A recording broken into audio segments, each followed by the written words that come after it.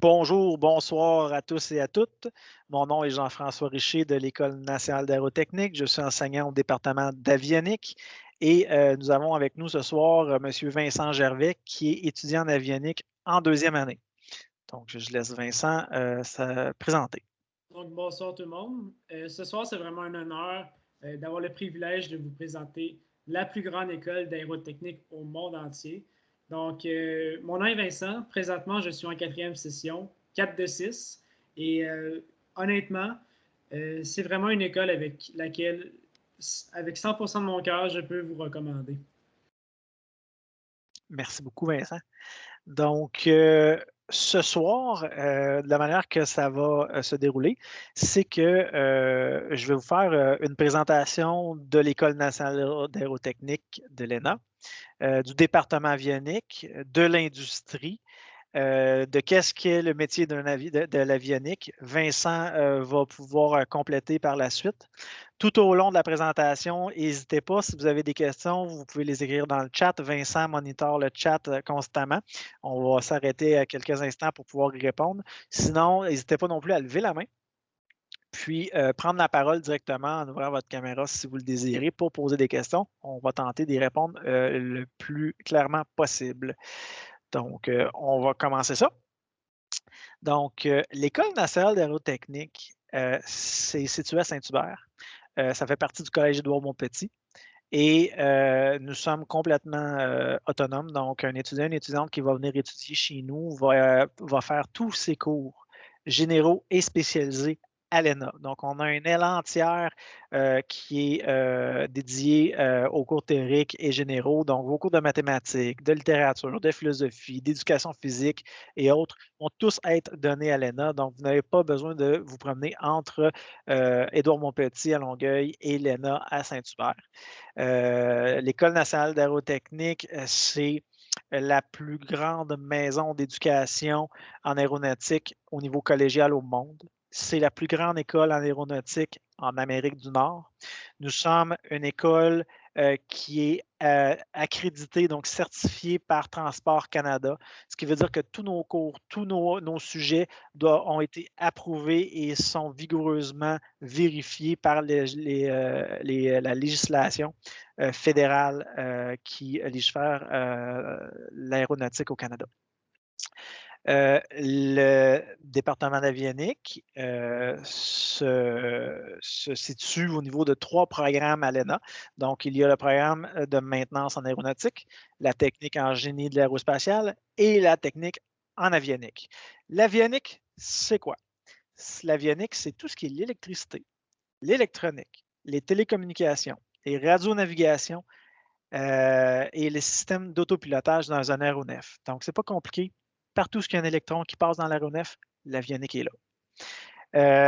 Le technicien avionique, par rapport, mettons, à un mécanicien ou une mécanicienne, le mécanicienne vont être capables de travailler sur les systèmes pneumatiques, hydrauliques, structuraux, navigation, plan de vol. Donc, tous ces systèmes-là, ils vont même faire de l'électricité, de l'électronique et de l'avionique jusqu'à un certain point.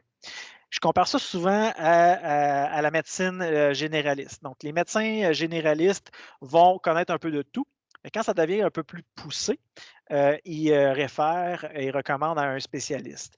Donc, le mécanicien, la mécanicienne, quand ça va atteindre un certain niveau, vont référer aux avioniques pour prendre le flambeau puis aller plus en profondeur. Pour ce qui est du métier en tant que tel, on entend plusieurs choses sur les médias présentement, les réseaux sociaux. On entend que ça va mal, etc. Je ne vous le cacherai pas. C'est un creux comme il y a eu plusieurs, il va encore avoir plusieurs creux en aéronautique. Il y a des hauts, il y a des bas. Mais pour des milieux techniques spécialisés comme les avioniques, c'est un milieu qui a toujours été en carence de personnel et qui le sera encore malheureusement pendant longtemps. Donc, même dans les creux, moi, la plupart de mes connaissances, mes confrères, mes collègues ont toujours travaillé. Ça fait plus de 20 ans que je suis dans le domaine et je n'ai jamais manqué un versement hypothécaire. Donc, ça va relativement bien. De la job en avionique, il y en a encore et on se fait encore appeler pour avoir des finissants qu'on n'est pas capable de livrer présentement. Donc, c'est sûr que dans les médias, on entend parler beaucoup de Bombardier, Air Canada, Air Transat, Bell Hélicoptère. Des gros noms comme ça flash. Des gros noms comme ça vend des clics dans des maisons de journalistes ou à la télévision. Mais il ne faut pas oublier que juste au Québec, il y a plus de 400 entreprises et PME, donc des grandes entreprises, des petites et des moyennes qui œuvrent dans le milieu de l'aéronautique. Et on entend parler dans les médias seulement que les 2, 3 plus gros joueurs au terme de chiffre d'affaires et qui concernent monsieur, madame, tout le monde qui vont prendre l'avion pour aller dans le sud. Donc, où sont les 395 autres entreprises? C'est des entreprises qui vont avoir entre 5 et 100, 150, 200 employés. Et c'est eux qui embauchent la plupart de nos finissants-finissantes. Et c'est chez un de ceux-là que j'ai passé les 18 dernières années de ma carrière et que j'ai eu du plaisir. J'ai appris beaucoup de choses. J'avais un très bon salaire, des très bonnes conditions. Et ceux-là, on n'en parle malheureusement pas beaucoup dans les médias. Ceci étant dit, comme je disais tantôt, le milieu de l'avionique, c'est très spécialisé, c'est très peu connu et ça gagne à être connu. C'est un milieu de passionnés, c'est un milieu de gens qui aiment apprendre constamment. Il n'y a jamais 2 journées qui se suivent, qui se ressemblent. Même à l'ENA, les cours se suivent mais ne se ressemblent pas. On apprend constamment et ça continue comme ça jusqu'à notre retraite. Pour ce qui est de la formation en tant que telle, j'ai une petite présentation à vous faire, mais juste avant, je vais juste demander à Vincent si on a des questions dans le chat. Et nous avons une question. Est-ce qu'il y a des voyages et des compétitions dans le cadre de ce programme? Donc, dans le programme, il y a différents clubs étudiants qui existent. OK?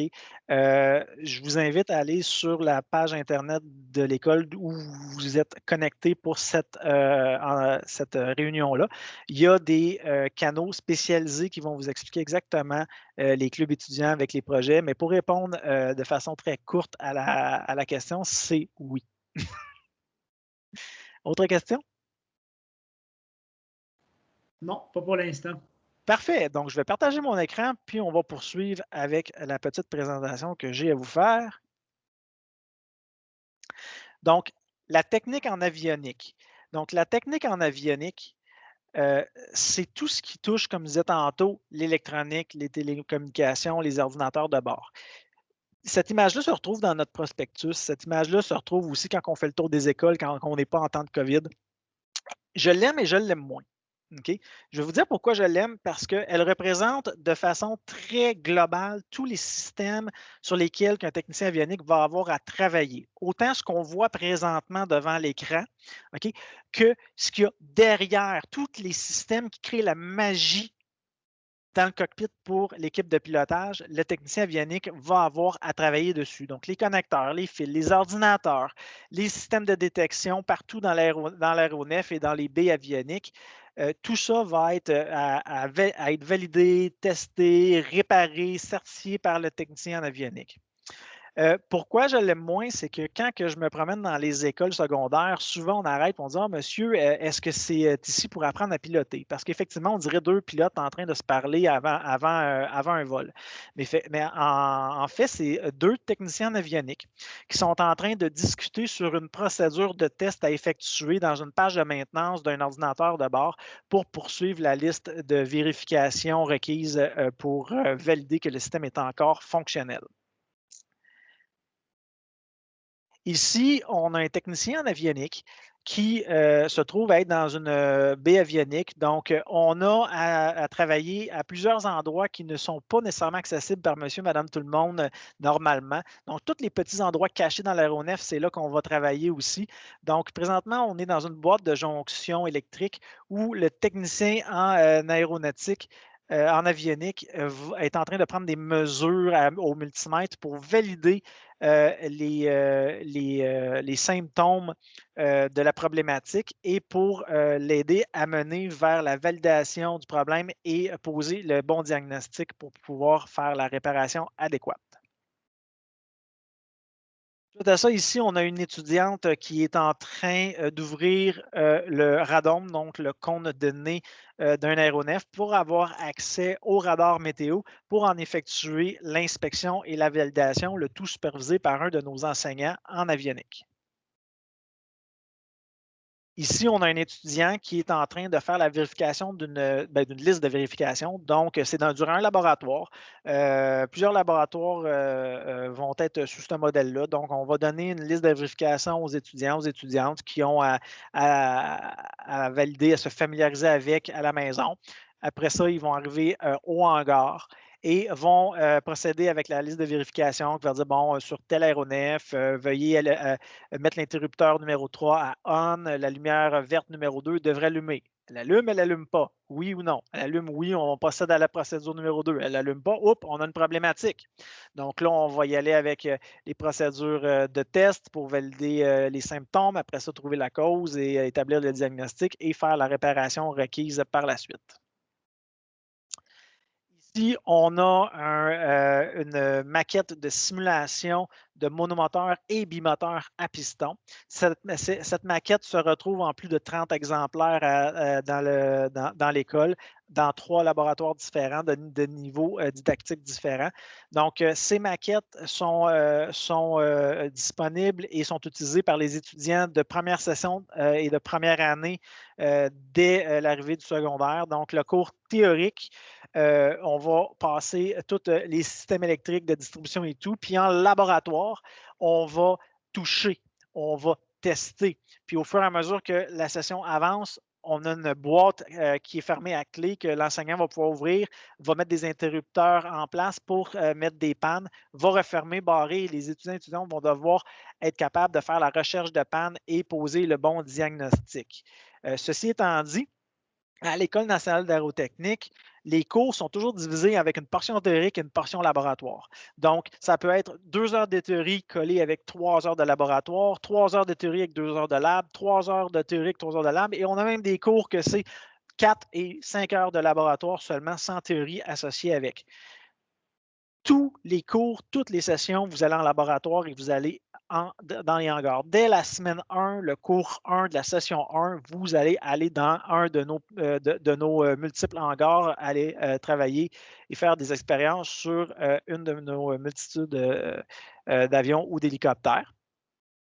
Donc, tout dépendant du niveau du cours et où vous êtes rendu, les étapes vont être différentes, mais ce n'est pas vrai que vous allez dans les hangars seulement qu'en troisième année. Tous les étudiants de toutes les sessions, il y a des cours qui sont prévus en pratique, en laboratoire et en hangar. En temps COVID, dû à la réglementation de Transport Canada, comme j'ai expliqué tantôt, on nous a exigé que tous les laboratoires en atelier ou en hangar soient en présentiel à 100 et c'est ce qu'on a fait. On s'est arrangé pour que ça fonctionne. On a divisé les groupes. On a mis, mettons, un groupe qui devait être juste dans une salle. On a divisé dans 2 salles. On a mis des techniciens avec eux et on a les mêmes procédures pratiquement d'hygiène qui sont exigées qu'un infirmier, une infirmière qui doit aller travailler à l'hôpital. Donc, tous nos laboratoires, sans exception, ont été et seront en présentiel. Pour les cours théoriques, les premières années, cette année, donc l'automne qui vient de passer et l'hiver qu'on est en train de faire présentement, donc les étudiants qui sont arrivés du secondaire de l'année dernière, tous les cours théoriques pour la technique en avionique ont été en présentiel. On a eu une exemption, on a pu avoir l'espace suffisant avec les groupes pour pouvoir le faire. La distanciation a été respectée. Donc, la marche est déjà assez haute entre le secondaire et le cégep. Arrivé en avionique, en aéronautique et tout, donc on a pu avoir tous les premières années en présentiel pour les cours théoriques et les laboratoires. Et pour nos deuxième année ou nos troisième année, la théorie s'est faite à distance jusqu'à présent, mais tous les laboratoires se sont faits en présentiel. Pour vous dire que avec les nouvelles exigences du gouvernement qui nous ont demandé de commencer à faire la réinsertion des étudiants et étudiantes en milieu collégial, on a un programme qui est en train de s'établir. Le matériel est arrivé. On est en train de finaliser l'installation. On a des programmes qu'on appelle le bimodal. Donc, on a des caméras de définition sur des trépieds en classe au cégep qui sont installés. L'enseignante va donner son cours comme si la classe elle était pleine. Il va avoir le tableau, il va avoir le PowerPoint et la moitié des étudiants du groupe, jusqu'à la moitié des étudiants du groupe, vont pouvoir être assis en classe devant le professeur. Et j'ai un étudiant, une étudiante qui va gérer le laptop avec les questions sur le chat. Ce qui va permettre d'avoir une interaction réelle entre le professeur et les étudiants. La caméra non seulement filme le professeur, mais aussi le tableau en arrière et on va être capable d'avoir ce qui est projeté en PowerPoint à même l'écran de ceux qui sont à la maison. Donc, j'ai la moitié de la classe qui sont en présentiel. On respecte ainsi les normes maximales de présence selon le nombre de mètres carrés des locaux. Et l'autre moitié de ma classe, cette semaine-là, se retrouve à la maison et suivent en direct le cours. Ils peuvent poser leurs questions en chat ou en levant la main en direct. La semaine d'après, on interchange. Ceux qui étaient en présence s'en vont à la maison. Ceux qui étaient à la maison s'en viennent à présence. Donc, une semaine sur deux, on a un cours en présence et l'autre est en direct à la maison. Et c'est ce qui va faire le bimodal. Donc, c'est une expérience qu'on a vraiment hâte de pouvoir faire, car nous aussi, en tant qu'enseignants, on trouve ça un petit peu plate d'enseigner assis de chez nous. On aime le monde, on aime les gens, on est passionné, donc on veut partager avec tout le monde. Ici, on a encore 3 étudiants qui sont en train de faire des procédures de test ici sur une console audio. Donc, ils sont en train de valider certaines séquences que le laboratoire remis par l'enseignant leur amène de faire. Ici, on a un train d'atterrissage, un étudiant qui est en train de valider quelque chose avec l'enseignant. Parce qu'on peut se dire, oui, mais pourquoi un train d'atterrissage? Il n'y a pas d'avionique après ça. L'avionique est maintenant omniprésente sur un aéronef. C'est partout. Présentement, l'étudiant est en train de faire la procédure de validation pour un détecteur de proximité sur le train d'atterrissage. Donc, on a un détecteur de proximité qui va détecter si le train d'atterrissage est en expansion ou s'il est complètement comprimé. Donc, l'aéronef, son poids est dessus et l'aéronef est au sol. C'est ce qui va faire la distinction entre est-ce que l'aéronef est dans les airs ou est-ce que l'aéronef est au sol. Ce signal-là va être envoyé à plusieurs systèmes dans l'aéronef pour pouvoir valider ou invalider certains systèmes. Donc, il y a certains systèmes qu'on ne veut pas qui fonctionnent quand l'aéronef est au sol. Comme on a des systèmes qu'on veut qui fonctionnent seulement quand l'aéronef est au sol. Donc, ça fait partie un petit peu de la dynamique qu'on va avoir dans certains laboratoires en hangar. Ici, on a une salle classe laboratoire d'électronique pure.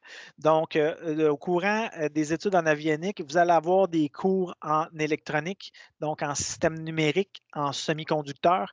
C'est très important car c'est la base de l'électronique. C'est ce qui va vous amener à comprendre l'intérieur de chacun des ordinateurs de bord, des boîtes avioniques, d'être capable éventuellement peut-être même de faire la recherche de panne et de les réparer.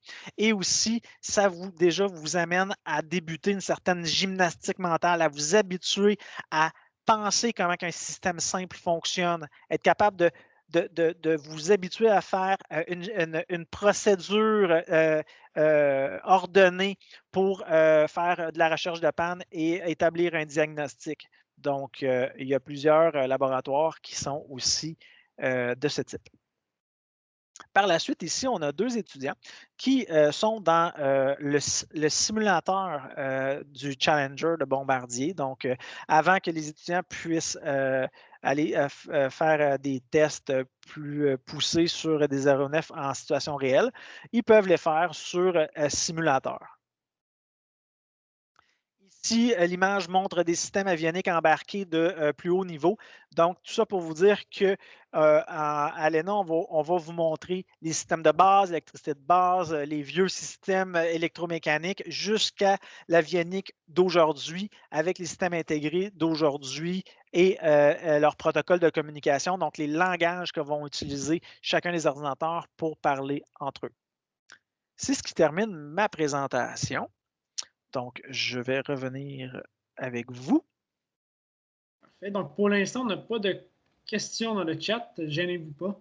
Vous pouvez même ouvrir votre caméra, ouvrir votre micro, poser votre question, on est là. Sans N'importe aucun quoi. problème. Oui, oui, oui. Pour ma part, moi, j'ai étudié de 1997 à 2001. J'ai pris 4 ans à faire mon DEC parce que j'ai découvert l'alternance travail-études, qui est toujours une option à l'ENA aujourd'hui. C'est-à-dire qu'on donne l'option aux étudiants du centre de faire des stages réels en milieu de travail rémunérés d'une durée de 3 à 6 mois. Donc, c'est ce que j'ai fait. Puis, suite à ça, j'ai travaillé dans l'industrie, puis je me suis retrouvé dans une des plus grandes compagnies héliportées au pays et mondial. J'ai travaillé 18 ans de temps là, et puis les 12 dernières années comme responsable du département avionique là-bas. J'enseigne à la formation continue, donc aux adultes à temps partiel depuis 2013 et je suis à temps plein au régulier depuis maintenant un petit peu plus qu'un an et demi. Donc, ça me fait plaisir de pouvoir partager ma passion avec des plus jeunes. Puis, comme je disais tantôt, la dynamique à l'École nationale d'aérotechnique est très positive. C'est vraiment le fun. Tout le monde se connaît. Donc, ça va super bien. Est-ce qu'on a des gens qui auraient des questions? Pas pour l'instant Personne? dans le chat. Donc, si je peux compléter, donc, Montréal étant la troisième ville la plus importante en centre de maintenance en aérospatiale, donc juste après Seattle et Toulouse, c'est pas rien. L'ENA aussi est la plus. Ouais. L'ENA comprend des installations de plus de 110 millions de dollars en valeur. On a 6 hangars, on a 35 laboratoires, puis on a plus de 38 aéronefs, petits, moyens et grands, pour pouvoir offrir la meilleure formation à nos étudiants et nos étudiantes. Donc, s'il n'y a pas d'autres questions, je vous remercie beaucoup et je souhaite vraiment pouvoir vous revoir et vous rencontrer au mois de septembre prochain. En mon nom et au nom de Vincent, on vous remercie beaucoup de votre présence ce soir avec nous. Merci beaucoup. Merci.